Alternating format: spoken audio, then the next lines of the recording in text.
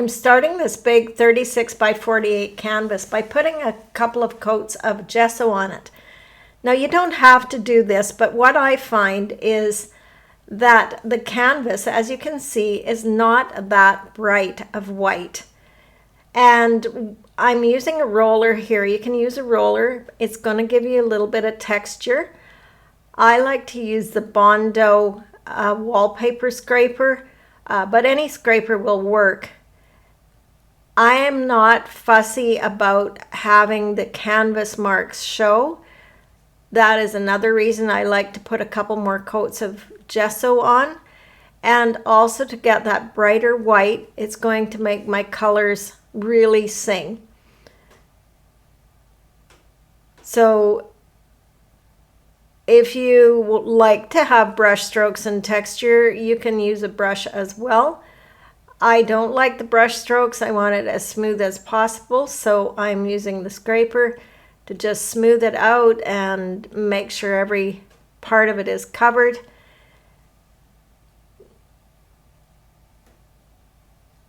Now I'm coming on with some fluid paint that I've dispensed into these squeeze bottles. And I'm staying on the warm side of the color wheel with my magentas and reds. I've spilled some ink there, so a different consistency than the fluids. And I'm using a big drywall scraper here just to pull the colors around. So it's just a way of getting started.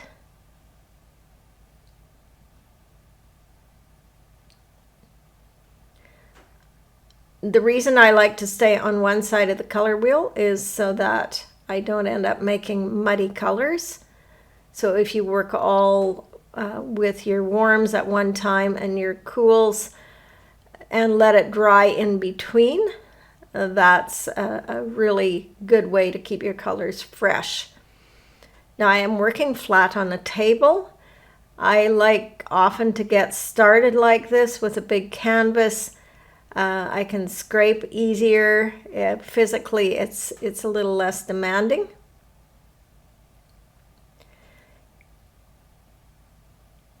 Again, dropping some ink. This is a Liquitex ink, and a lot of this is going to be covered up, but it is my playful stage to get started and what I'm going to react to.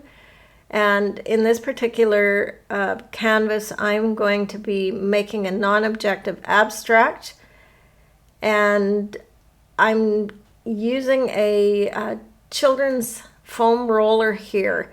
This is from the kids area of the art supply store, and it has a little bit of texture pattern in it, and I'm just rolling it and going over some of my wet paint.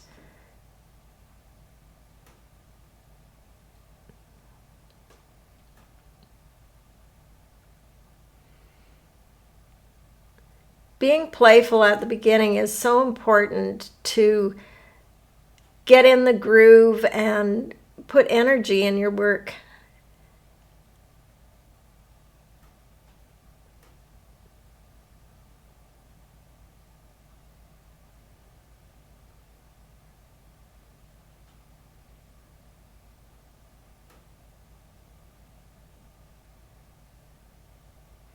Scraping back in here with the tool from the hardware store.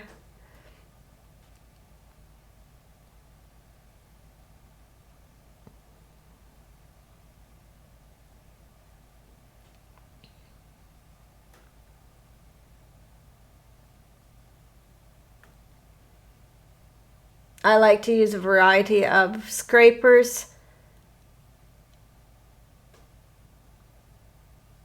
You can get a lot of nifty tools at the hardware store. They don't have to be from the art supply store.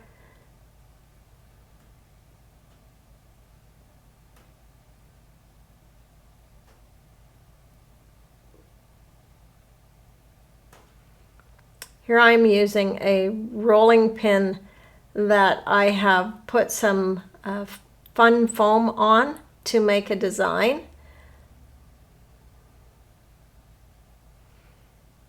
So that's the other thing. You can make a lot of your own tools and texture items. Here using bubble wrap to release some of the paint and lift it up and then print it in other areas. So creating some optical texture.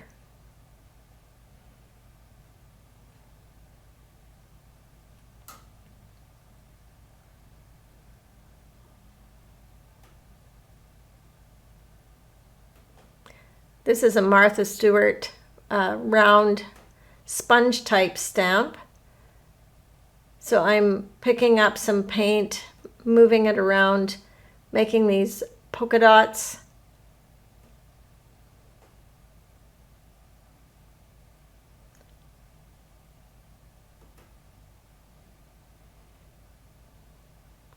So this is an intuitive process, just playing, adding things that you like. And now I'm coming in with some dry media. This is a woody stabilo, and just scribbling on top of this. So I'm also changing into my blue colors. I've allowed this layer to dry before doing this. I'm using a Caran d'Ache crayon here. That was actually an orange. So just trying some different media, Lyra graphite sticks, Posca pens. So I'm using a Posca pen here and a ruler, just putting some linear lines in, and that wasn't working out so well, so I'm going to try this black woody.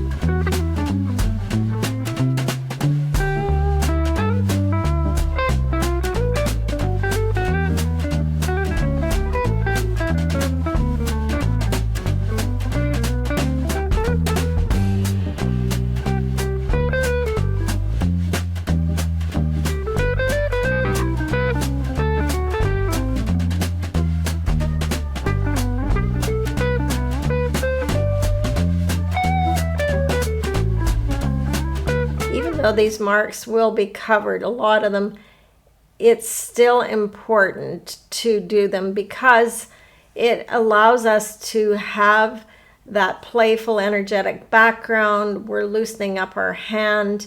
We're getting into the flow of the painting. So I'm adding some ink here. This is phthalo green ink, and it's very strong color.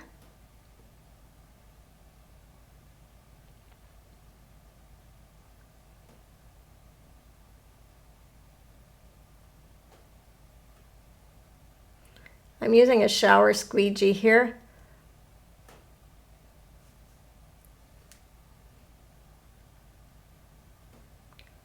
This is teal fluid paint, so it's very opaque. I like the contrast I'm getting with that. I'm going to use a stencil.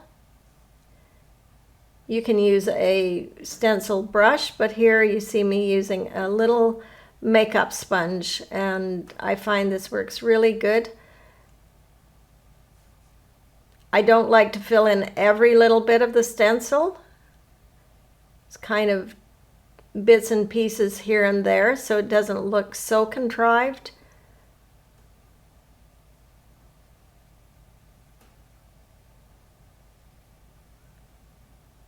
Pattern is an important element for me. I like to add pattern into my work. So I often use stencils for that repetition of pattern.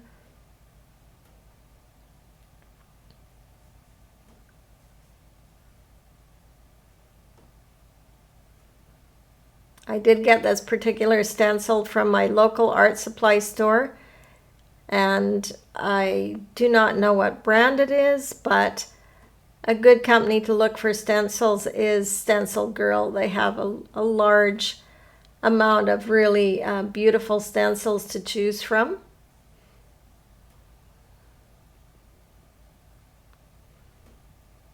So the idea with using a stencil is pouncing on it so that you don't get paint in underneath and you get as clean a pattern as possible. I'm coming in with some phthalo turquoise here, adding it as my dark, and I'm using a comb of some sort. Drawing through wet paint is another great way to make marks.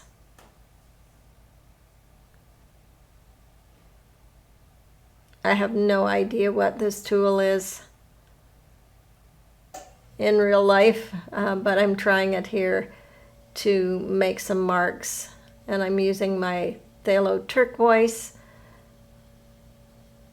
just kind of scribbling with it. It's a silicone tool.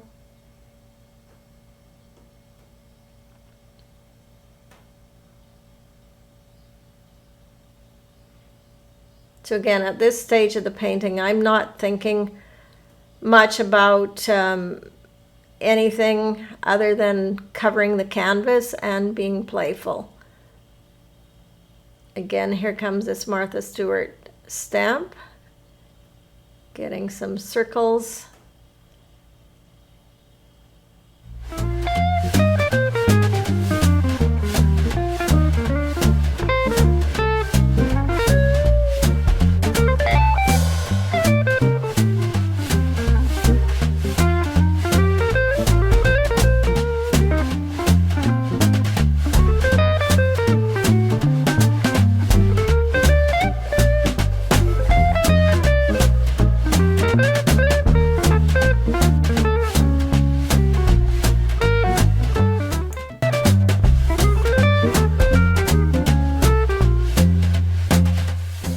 So I put it up on the wall now, and I'm just going to fill in the spaces with some more paint.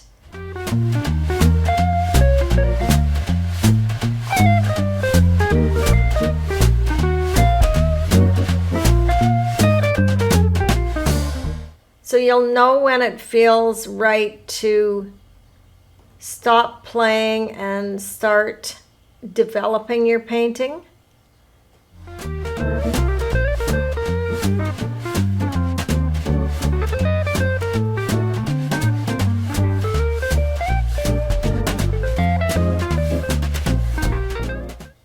Also, during a painting, you can go back to the play stage, especially if you're starting to feel stuck or tight. You can bring that child back in, and that's very helpful to have something new to respond to. Sometimes we need to take drastic moves as we're going forward, risks. And that can be hard because we don't know what we're going to end up with. We might lose something we really love, but we have to take risks in our artwork in order to push forward and grow. Staying in a safe place, you can become so stagnant. So I really like to push myself and experiment. I'm using a silicone brush here, a color shaper, and I'm just enriching some of my colors that I had down, putting some thicker paint on.